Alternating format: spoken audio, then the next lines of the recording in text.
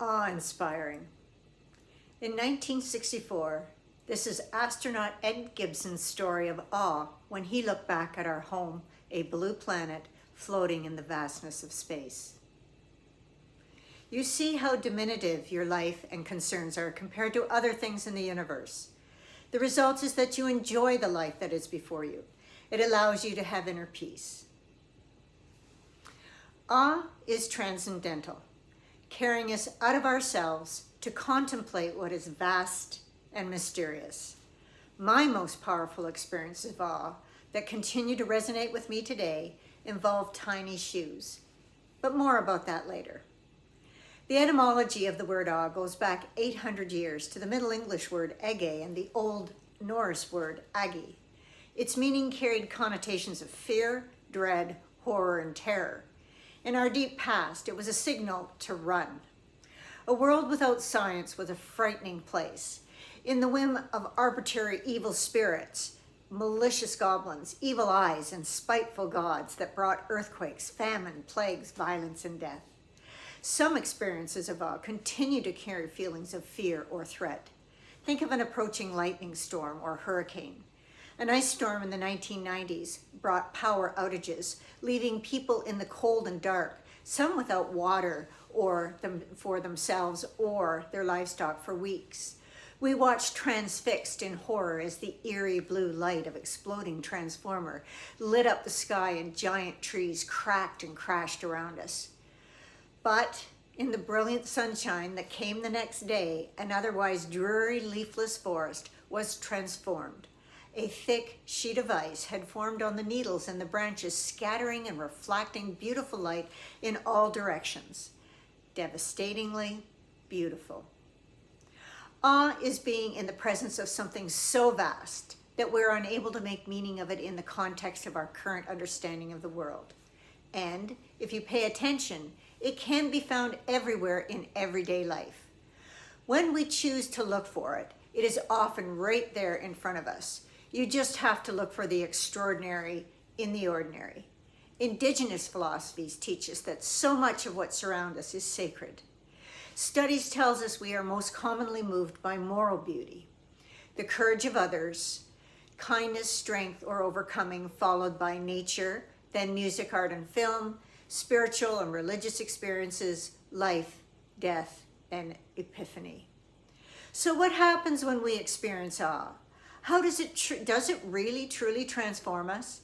Dr. Keltner, in his book Awe, The New Science of Everyday Wonder and How It Can Transform Your Life, explores these ideas. When psychologists collected our stories of awe from the ancient times to modern day, a pattern emerged. Some of our most influential writers in the global West, Wordsworth, Emerson, Thoreau, and Carson, portrayed the self as vanishing when we are held in the sway of awe. That part of our personality, which psychological science calls the default self, disappears when mesmerized by an idea or sight so powerful that articulate speech leaves us, and we are left with the sounds we made even before the advent of human speech. Ah, or whoa, or wow. This self, only one of many that makes up who we are, is focused on how we are distinct from others, independent, in control, and concerned about our competitive advantage. When this aspect of ourselves is overactive and we become too focused on ourselves, we become anxious, depressed, and self-critical. It can undermine the collaborative efforts and goodwill of our communities. Awe appears to quiet our default self. Our default self tells us that we alone are in control of our lives, when in truth our lives are shaped by family, class background, historical period, or the culture into which we are born. Those that experience awe show greater humility, see themselves as part of the greater human family, and that the direction of their lives depended on many interacting forces beyond their control. And importantly, that people who have struggled in life may not have had the same advantages. Their situation may not be the result of some moral failing. Due to modern imaging, awe's vanishing self has been located in our brains. The default mode network, or DMN, is located in the regions of the cortex that process information from an egocentric point of view. Viewing inspiring nature videos led to reduced activation in the DMN. Our default self vanishes as awe shifts us from a dog-eat-dog mindset to one where we think of ourselves as being more interdependent and collaborative individuals, as being part of something bigger than ourselves. Perhaps awe could be an antidote to those ills so epidemic in our modern life: loneliness, anxiety, and depression. Experiences of awe have been shown to spark wonder and make us more open to possibilities.